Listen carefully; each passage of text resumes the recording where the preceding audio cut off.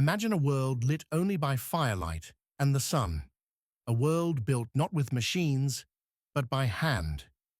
In the heart of nearly every village, town, and castle, one sound rang out above the rest, the rhythmic clang of hammer on metal. This wasn't just noise, it was the sound of civilization being forged, quite literally. Today, we step back centuries into the smoke, heat, and sweat of a medieval blacksmith's daily life. Forget the fantasy tropes for a moment. What was it really like? Welcome back to the channel. The Middle Ages often conjure images of knights and castles, but behind the scenes, figures like the blacksmith were the absolute linchpins of society. Without them, armies couldn't march, fields couldn't be plowed, and buildings couldn't stand. Their forge wasn't just a workshop, it was often the pulsing heart of the community, a place of essential creation and constant activity, usually situated strategically near the village center or along a main road for easy access. The blacksmith's day started long before the sun even thought about cresting the horizon. While the rest of the village might still be asleep, he'd be rising in the pre-dawn chill. Often, his home was attached to or directly above the forge, meaning his work was never truly far away. The first crucial task: rekindling or starting the forge fire. This wasn't like flipping a switch. It meant carefully arranging charcoal or coal, using bellows, often large, hand-pumped leather contraptions, to feed air into the embers, coaxing them slowly back to life until the forge roared with intense heat. This fire was his primary tool, and getting it just right, hot enough, but not wasteful, was an art in itself. Think about that. Your entire livelihood depending on mastering fire before most people even had breakfast. With the fire blazing, the early morning hours might be spent on simpler, preparatory tasks, perhaps sharpening the tools he'd need for the day or tending to repairs brought in late the previous evening. A farmer's dulled scythe needing a new edge before the harvest day began, or a simple hook needing straightening. The air would already be thick with the smell of burning coal and hot metal, a smell that permeated the blacksmith's clothes, his home, his entire life. His apprentice, if he had one, would be right there alongside him, learning by watching and doing, fetching fuel, working the bellows, cleaning tools, and gradually being entrusted with simpler hammering tasks. As the village slowly woke up, the real work began. The demands on a blacksmith were constant and varied. Farmers were perhaps his most regular customers. They needed sturdy plowshares to break the earth, hoes, sickles, and shovels. They needed metal rims for cartwheels and, crucially, horseshoes. Shoeing a horse was a common vital task, requiring skill not just in metalwork, but also in handling animals. Imagine trying to shape and nail hot iron onto the hoof of a potentially nervous, powerful beast. It required strength, precision, and a calm demeanor. The work was relentlessly physical, standing for hours by the intense heat of the forge, manipulating heavy tongs to hold glowing metal, swinging a hammer with accuracy and force, again and again and again. Sweat poured, muscles strained. The noise was deafening. The roar of the fire, the hiss of hot metal plunged into the quenching tub, and the constant rhythmic clang, clang, clang of hammer on anvil that echoed through the village. It was a job that demanded incredible stamina and strength built up over years. But it wasn't just about brute force. What secret skill did every successful blacksmith need? It was an intuitive understanding of the metal itself.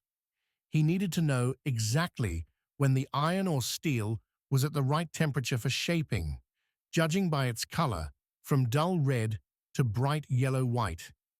He needed to know how hard to strike, how quickly it would cool, how different metals behaved under the hammer.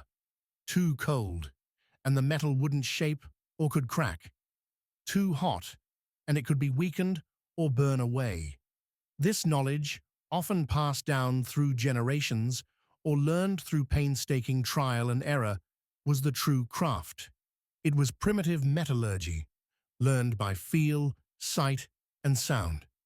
Around midday, there might be a short pause. Not a leisurely lunch break, but perhaps a quick meal of bread, cheese, maybe some ale or stew, often eaten right there in or near the workshop. There was rarely time to stop completely. The fire needed tending, and work was always waiting. This brief respite offered a moment to cool down slightly, wipe the sweat and soot from his brow, before plunging back into the heat.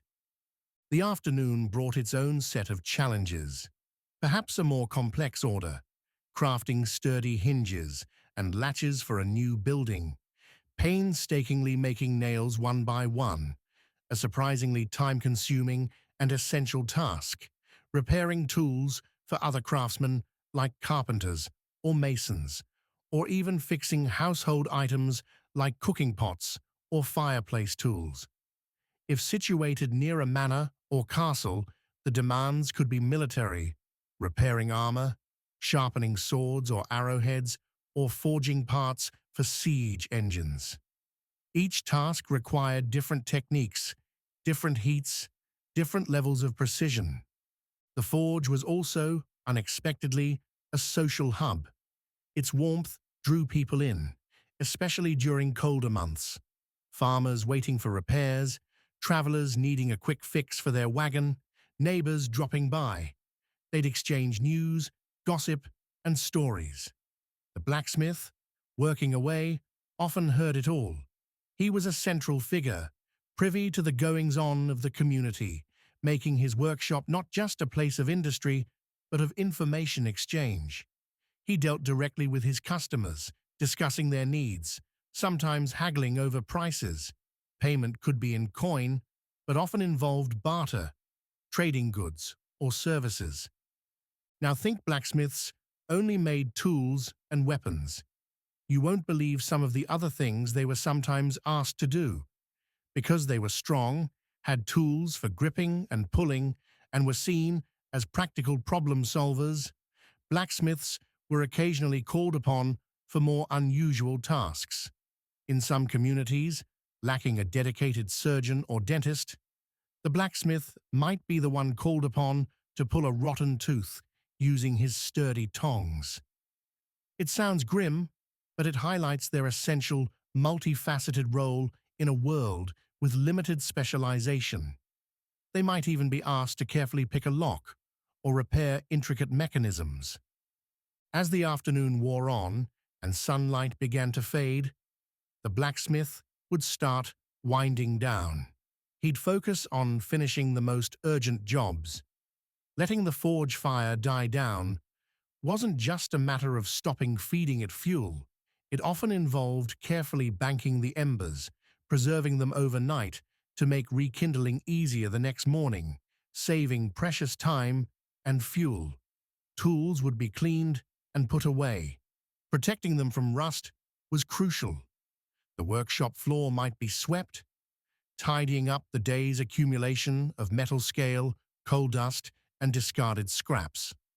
The physical toll of the day would be setting in.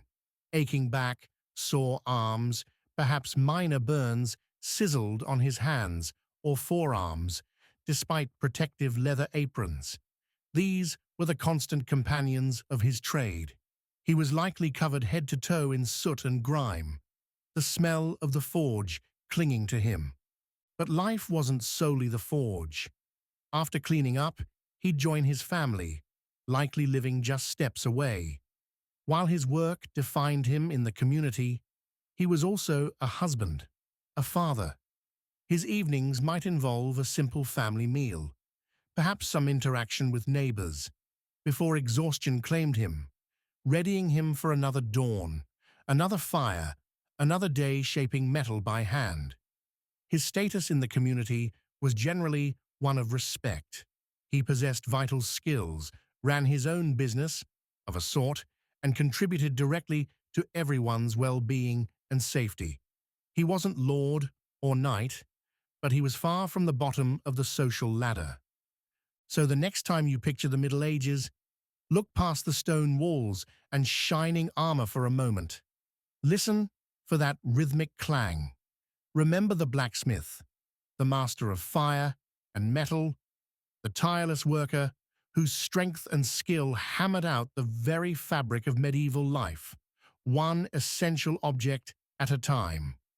From the nails holding roofs together, to the plough breaking the soil for bread, to the sword defending the realm, his hands shaped it all. Next time you see a weathered iron gate on a centuries-old church, or study the intricate hinges on a castle door in a museum, take a closer look. Remember the heat, the sweat, the skill, and the sheer endurance that went into creating it. What other medieval professions do you think were absolutely essential, yet often overlooked? Let us know your thoughts down in the comments below. Thanks for watching, and we'll see you in the next video.